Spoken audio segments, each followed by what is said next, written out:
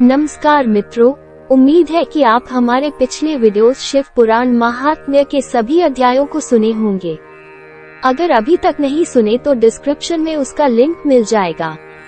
आपसे अनुरोध करते हैं कि संपूर्ण शिव पुराण को स्टार्टिंग से सुने, समझे और महादेव की कृपा पाए। इस वीडियो में हम पढ़ने जा रहे हैं विद्येश्वर संहिता के तीसरा और चौथा अध्याय को। तीसरा अध्याय श्रवण, कीर्तन और मनन साधनों की श्रेष्ठता। व्यास जी कहते हैं, सूत जी के वचनों को सुनकर सभी महर्षि बोले, भगवान आप वेद तुल्य अद्भुत एवं पुण्यमयी शिव पुराण की कथा सुनाइए। सूत जी ने कहा, हे महर्षिगण, आप कल्याणमय भगवान शिव का स्मरण करके वेद के सार से प्रकट शिव पुराण की अमृत कथा सुनिए। शिव पुराण में भक्ति, ज्ञान और वैराग्य का गान किया गया है। जब सृष्टि आरंभ हुई तो 6 कुलों के महर्षि आपस में वाद विवाद करने लगे कि अमुक वस्तु उत्कृष्ट है, अमुक नहीं। जब इस विवाद ने बड़ा रूप धारण कर लिया तो सभी अपनी शंका के समाधान के लिए सृष्टि की रचना करने वाले अविनाशी ब्रह्मा जी के पास जाकर हाथ जोड़कर कहने लगे, हे प्रभु, आप संपूर्ण जगत को धारण कर उनका पोषण करने वाले हैं। प्रभु, हम जानना चाहते हैं कि संपूर्ण तत्वों से परे परात्पर पुराण पुरुष कौन है?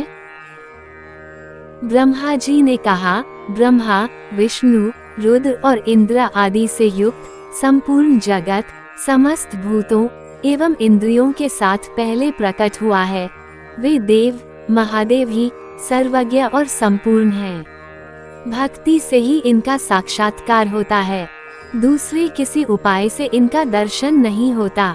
भगवान शिव में अटूट भक्ति मनुष्य को संसार बंधन से मुक्ति दिलाती है। भक्ति से उन्हें देवता का कृपा प्रसाद प्राप्त होता है। जैसे अंकुर से बीज और बीज से अंकुर पैदा होता है। भगवान शंकर का कृपा प्रसाद प्राप्त करने के लिए आप सब ब्रह्मर्षि धरती पर सहस्रों वर्षों तक चलने वाले विशाल यज्ञ करो। यज्ञपति भगवान शिव की कृपा से ही विद्या के सारतत्व साध्य साधन का ज्ञान प्राप्त होता है। शिव पद की प्राप्ति साध्य और उनकी सेवा ही साधन है, तथा जो मनुष्य बिना किसी फल की कामना किए उनकी भक्ति में डूबे रहते हैं, वही साधक हैं। कर्म के अनुष्ठान से प्राप्त फल को भगवान शिव के श्री चरणों में समर्पित करना ही परमेश्वर की प्राप्ति का उपाय है, तथा यही मोक्ष प्राप्ति का एकमात्र साधन है। साक्षात महेश्वर ने ही भक्ति के साधनों का प्रतिपादन किया है। कान से भगवान के नाम, गुण और लीलाओं का श्रवण, वाणी द्वारा उनका कीर्तन तथा मन में उनका मनन शिव पद की प्राप्ति के महान साधन है, तथा इन साधनों से ही संपूर्ण मनोरथों की सिद्ध होती है।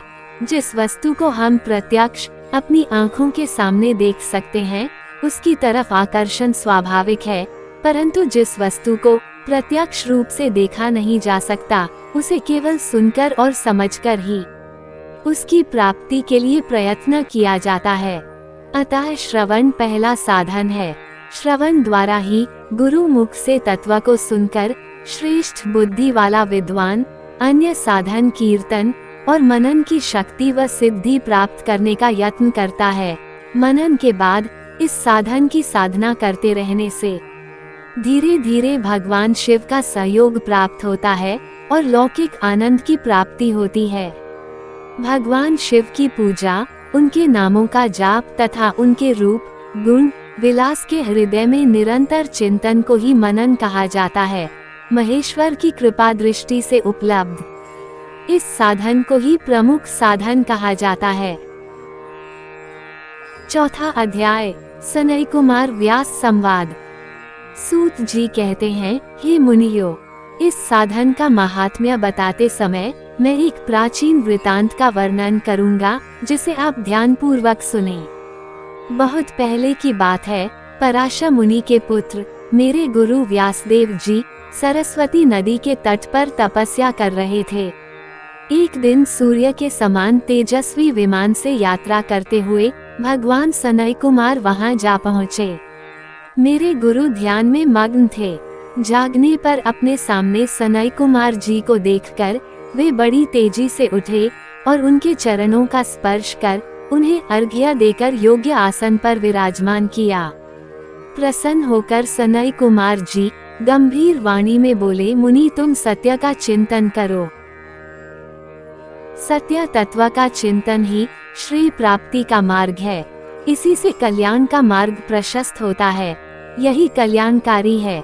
ये जब जीवन में आ जाता है तो सब सुंदर हो जाता है। सत्य का अर्थ है सदैव रहने वाला। इस काल का कोई प्रभाव नहीं पड़ता। ये सदा एक समान रहता है। सनई कुमार जी ने महर्षि व्यास को आगे समझाते हुए कहा, महर्षि, सत्य पदार्थ भगवान शिव ही हैं। भगवान शंकर का श्रवण, कीर्तन और मनन ही उन्हें प्राप्त करने के सर्वश्रेष्ठ साधन हैं। पूर्व काल में मैं दूसरे अनेकानेक साधनों के भ्रम में पड़ा घूमता हुआ तपस्या करने मंदराचल पर जा पहुंचा। कुछ समय बाद महेश्वर शिव की आज्ञा से सबके साक्षी तथा शिवगणों के स्वामी नंदिकेश्वर वहां आए और स्नेहपूर्वक मुक्ति का साधन बताते हुए बोले, भगवान शंकर का श्रवण, कीर्तन और मनन ही मुक्ति का स्रोत है। ये बात मुझे स्वयं देवाधिदेव भगवान शिव ने बताई है, अतः तुम इन्हीं साधनों का अनुष्ठान करो। व्यास जी से ऐसा कहकर अनुगामियों सहित सनई कुमार ब्रह्मधाम को चले गए। इस प्रकार इस उत्तम वृतांत का संक्षेप में मैंने वर्णन किया है। ऋषि बोले, सूत जी, आपने श्रवण, कीर्तन और मनन को मुक्ति का उपाय बताया है, किंतु जो मनुष्य इन तीनों साधनों में असमर्थ हो, वो मनुष्य कैसे मुक्त हो सकता है? किस कर्म के द्वारा बिना यत्न के ही मोक्ष मिल सकता है? दोस्तों, मिलते हैं अगले वीडियो में अगले अध्याय के साथ। हर हर महादेव।